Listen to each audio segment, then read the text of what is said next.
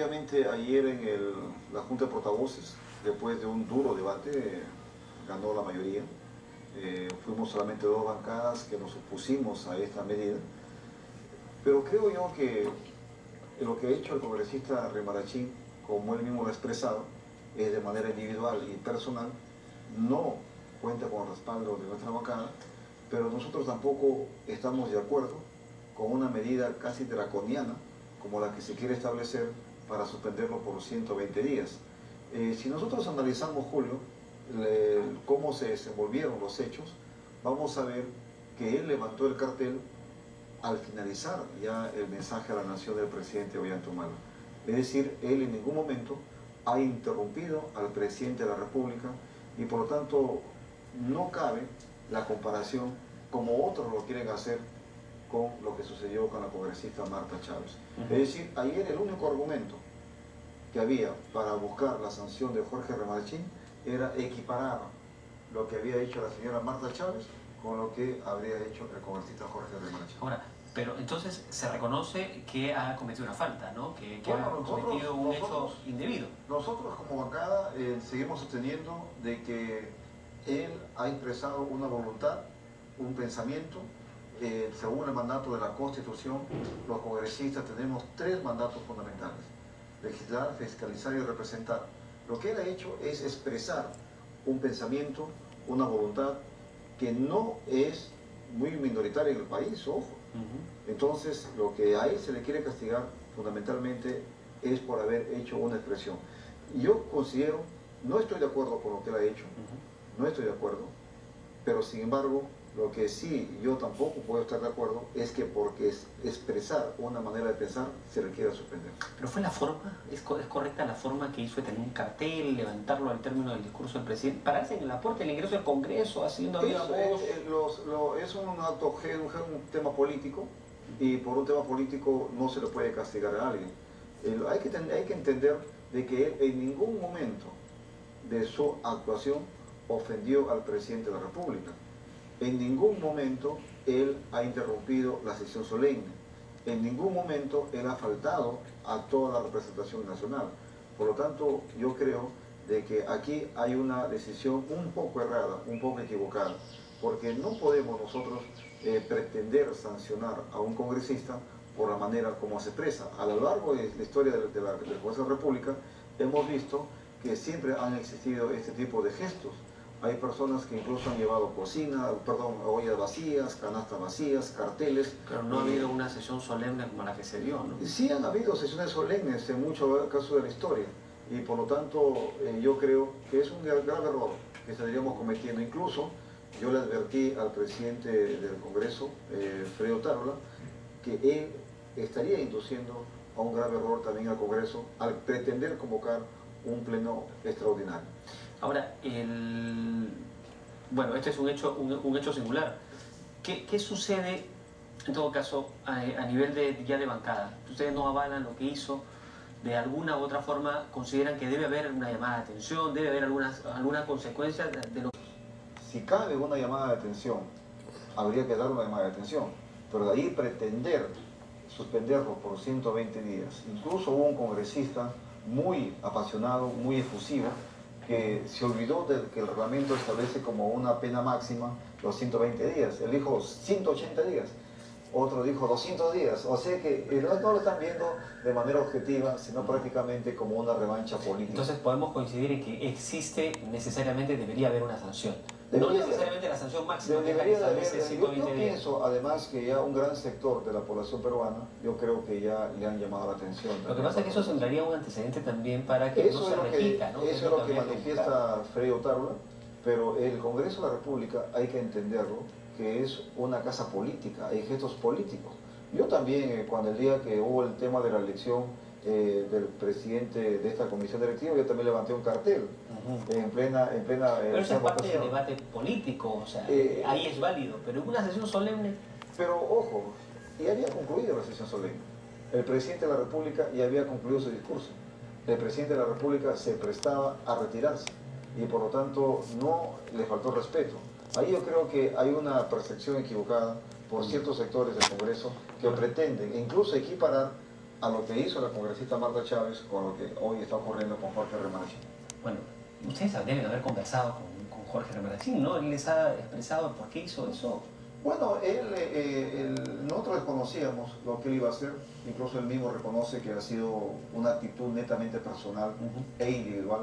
Nosotros hemos conversado después y él tiene su manera de pensar muy particular por el tema del fallo de la Haya. Yo tengo el mío, en mi bancada también el propio. Yo en lo personal considero que el fallo es inapelable, que se ajusta a derecho internacional y que como es inapelable, acá lo que tenemos que preocuparnos ya es mirar hacia adelante. ¿En qué sentido mirar hacia adelante? En el sentido de buscar que sí. Y que se integren ambos países. Yo pienso que más que pensar el desarrollo del Perú en la buena vecindad, lo que debemos de buscar es el desarrollo del Perú en base a la unidad de todos los peruanos. Porque yo te soy sincero, yo tengo mis serios reparos en que haya una amistad sincera y estrecha entre Chile. Hay heridas abiertas que ellos mismos están siempre tratando de mantenerlas abiertas. Entonces, por lo tanto, yo creo que debemos de buscar el desarrollo del Perú más que pensando en la buena vecindad, en la unión de todos los peruanos. Pero, ¿cómo se justifica Remanachín cuando hizo esto? Por ahí decían que el afán de él incluso era tratar de ganar cámaras, de aprovechar ese momento. ¿Él expresó eso en algún momento, en alguna conversación? No ha expresado en ningún momento. Lo que él sí manifiesta y lo ha hecho público a través de los medios de comunicación es de que él está en absoluto desacuerdo con este fallo de la Haya. Para él eso considera que es un camino, una extensión de lo que es un proceso de chilenización que se ha venido dando en el Perú en los últimos 20 años. Es un tema muy particular de pensar de él, en la que yo lo respeto, pero no comparto en su totalidad. Bueno, y ahora, ¿cuál va a ser el siguiente paso respecto de este pedido? ¿Cuál fue la otra bancada que no estaba de acuerdo tampoco con la sanción? Posible, o sea, que no bancadas, pero posible, y nosotros, yo te soy sincero...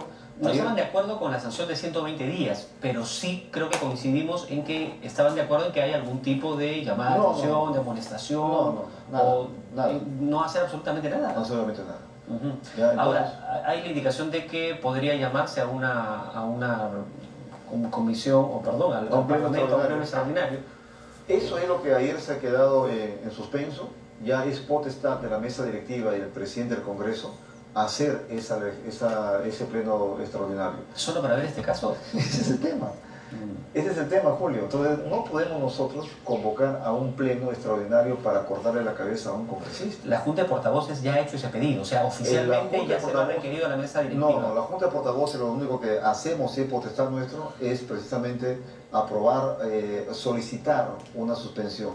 Pero nosotros no tenemos la capacidad de suspender ni de castigar. De acuerdo, entonces, pero esta Junta de Portavoces, a su vez, ya le ha pedido al presidente del Congreso... Es potestad del Congreso y la mesa directiva convocar ya al pleno extraordinario. Pero entonces, como Junta de Portavoces, no se lo han solicitado. No, porque eso ya es potestad de la mesa directiva, o sea que la mesa directiva tiene que evaluar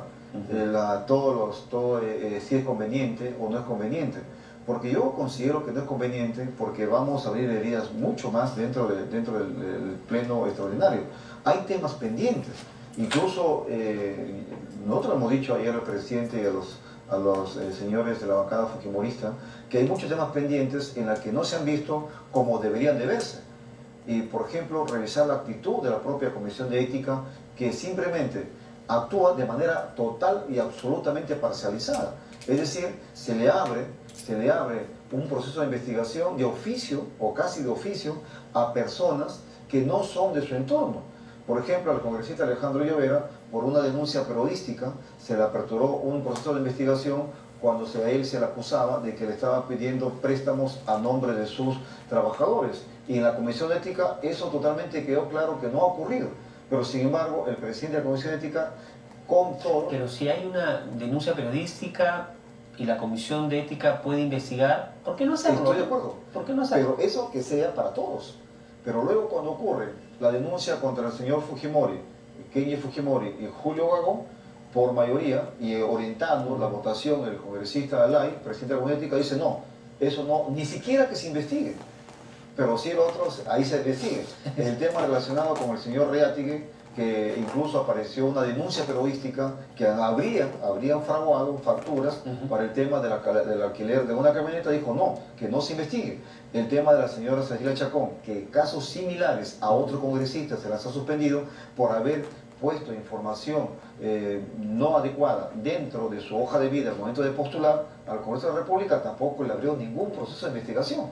Por lo tanto, esos son hechos que en el Congreso lo vamos a decir. Pero eso no exime de que el Congreso igual investigue. Es decir, si la Comisión de Ética decide no investigar, eso no significa que el tema esté cerrado. El tema no está cerrado, pero lo que pasa es que según el proceso del Congreso de la República, la comisión calificada para abrir ese proceso de investigación no lo hace. El señor Kenji Fujimori también, a través de una denuncia, fue sindicado de ser socio de una empresa, de un almacén donde habían encontrado droga, y tampoco abrió investigación ahí la Comisión de Ética.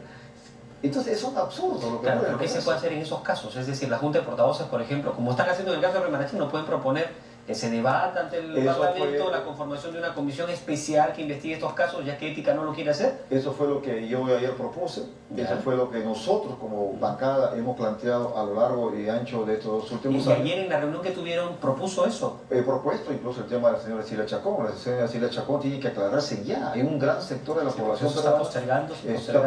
Postergando, incluso ella ha sido sentenciada en la primera instancia. Ayer se lo dice público al presidente del Congreso: oiga, mire, si usted convoca un pleno, vamos a sacar todas estas cosas. No es que sea una amenaza, sino que ya es tiempo de que actuemos de manera imparcial y de manera ponderada, viendo todos los temas de todos los congresistas. En este momento yo siento que hay una alianza soterrada entre el PPC, el APRA y el Fujimorismo, que prácticamente hacen un importante electorado dentro del Congreso de la República. Y lamentablemente en este caso, el nacionalismo también se le está sumando con una alianza, yo creo, inconsciente. Bueno, ¿qué tenemos que esperar? En marzo, entonces, si es que no se da ninguna sesión extraordinaria, en marzo nuevamente se va a polarizar un poco el Parlamento. Es lo que hemos logrado un espíritu de cuerpo interesante por el tema del Haya, ¿no? El tema es que el tema del Haya es una política de Estado, una política exterior, y nosotros tenemos que hacer alianzas precisamente en tema de estas políticas. Por ejemplo, la otra yo le propuse de que deberíamos de buscar dos temas políticas de Estado que el pueblo lo quiere con suma urgencia. En primer lugar, es establecer una lucha contra la corrupción de todas las fuerzas políticas, buscar los mecanismos para asegurar que el Estado se maneje de manera correcta. Y el otro tema es la parte relacionada con lo que es la parte de la inseguridad ciudadana. Ahí hay dos temas fundamentales que nosotros debemos de trabajar y mantener. O sea, es decir, el resto es político, doméstico, y siempre lo va a existir y nunca lo vamos a negar. Pero lo que sí debemos hacer esfuerzos es hacer una alianza para ver estos temas y mantener la unidad nacional. Con esta Guevara, quien está aquí en nuestros estudios. Bueno, tarea pendiente en realidad en el Parlamento, en el Congreso. ¿Qué tenemos que hacer ahora de inmediato? Seguimos a la espera de, por ejemplo, la elección de los miembros del Tribunal Constitucional, el defensor del pueblo. Esos son temas que yo también le he planteado ayer y también le he planteado por Twitter, en el que le digo al presidente cuánto nos gustaría que nos convoquen a los juntas de portavoces de manera urgente, por emergencia casi, para tratar el tema del congresista Jorge Ramarachín, para ver el tema del Tribunal Constitucional. Ahí yo quiero ver la vehemencia también de la bancada fujimorista, quienes son prácticamente los que se están oponiendo para que no se elija a los nuevos miembros del Tribunal Constitucional. ¿Y por qué ocurre esto, Julio? Porque la bancada fujimorista, juntos con la bancada nacionalista, constituyen prácticamente el gran bloque mayoritario. Sumando ambas bancadas, suman cerca de 80 votos. Y por lo tanto, y para elegir a un magistrado se necesita esa cantidad de votos. Y nosotros simplemente apoyaremos el procedimiento que se dé. Pero había trascendido que ya incluso habían algunas propuestas por parte de los portavoces de los diferentes partidos. Hay una propuesta que se han hecho de manera democrática, de manera abierta, pero sin embargo falta consensuar. Eso yo le paro pidiendo al presidente del Congreso que nos convoque para ver este tipo de temas, porque es urgente. Así hay la vehemencia, son impetuosos para ver este tipo de casos, pero cuando ya queremos ver los temas de fondo que necesita el país, como precisamente defensor del pueblo, ver el tema del Tribunal Constitucional, ver el tema de una lucha frontal contra la corrupción, ver el tema de salud, educación, y algo muy importante, de agricultura. Miles de agricultores a nivel nacional prácticamente se sienten desprotegidos, se sienten desvalidos y no sienten la presencia del Estado y del gobierno. Es ahí donde debemos trabajar. ¿Y qué es lo que se está proponiendo en ese caso, en el caso de agricultura? Bueno, en el caso de agricultura, nosotros como bancada hemos establecido diversas propuestas. La última ley que se aprobó este año ya se lo promovió el presidente Yatumala, y es de que el programa Mi Riego, por ejemplo, no solamente sea un programa temporal que solamente esté sujeto a la cantidad de dinero que se le ha dado, 1.000 millones de soles, sino que sea una política de Estado y un programa permanente. Y es ahí que ya se aprobó y con el ministro de Agricultura venimos ahí conversando para que se extienda también. Y otra cosa, se cambie el tema de la institucionalidad, porque en estos momentos las agencias agrarias a nivel nacional están prácticamente desvalidas. El concepto de descentralización, de trasladar todas las competencias de Lima hacia las regiones, ha sido todo un fracaso y eso tenemos que revisarlo. No hay asistencia técnica, no hay asistencia económica, de crédito, seguro agrario, no se está orientando a los campesinos, agricultores, cómo es los productos que a nivel mundial requieren dentro de un proceso de competitividad y mejora de tierras, mejora de suelos. Por ejemplo, estamos pidiendo que para la zona nororiente, específicamente de Jaén, se establezca un laboratorio de suelos.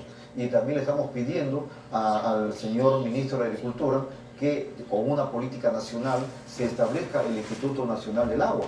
El Instituto Nacional del Agua que permitiría fundamentalmente... Pero eso ya lo viene haciendo la Autoridad Nacional del Agua, ¿no? Sí, yo presenté un proyecto de ley, no fue aceptado porque era el tema de la LOPE, pero luego le mandé la carta al señor ministro, luego lo han acogido y me alegra muchísimo. Ahora venimos trabajando en el Instituto del Agua y para mí, mi entender, como yo lo pensé inicialmente, es que debe tener 3 funciones principales el Instituto del Agua.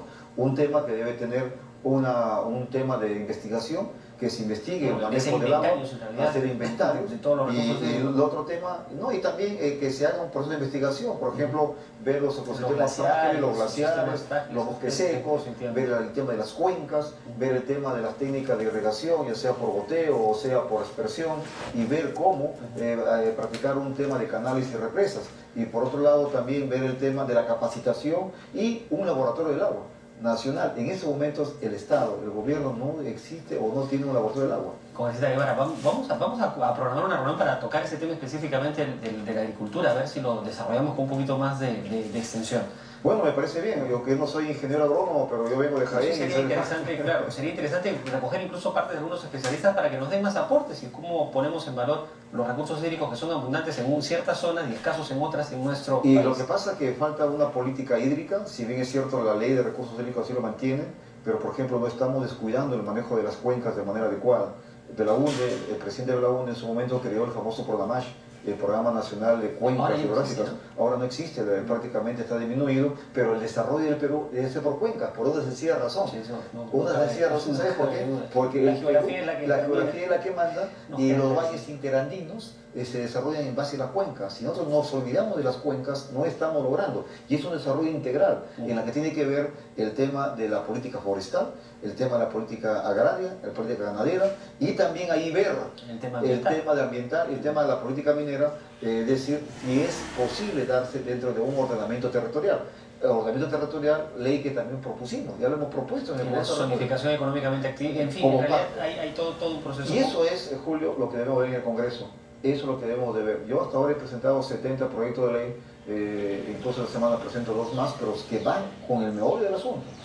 Es decir, buscar transformar el Perú con políticas de verdad. O sea, nosotros en el Congreso tenemos que trabajar de esa manera, no pensar en el aspecto coyuntural y mediático. Yo sí soy cero en cuestiones mediáticas y coyunturales, pero en temas de productividad, ahí sí soy bien llamado. Bien, congresista Guevara, muchas gracias por estar aquí con nosotros esta mañana. Gracias por venir. No, Julio, muchas gracias y un saludo para todos y cada uno de ustedes. Yo, como siempre, acostumbro mandar saludos a mi región, así que, por favor, un saludo para Colasay, Jaén y toda la región Cajamarca. Gracias. Congresista Guevara, gracias por estar aquí con nosotros. Bien, vamos a hacer una breve pausa, luego retornamos con más aquí en 7.3 Noticias. Volvemos.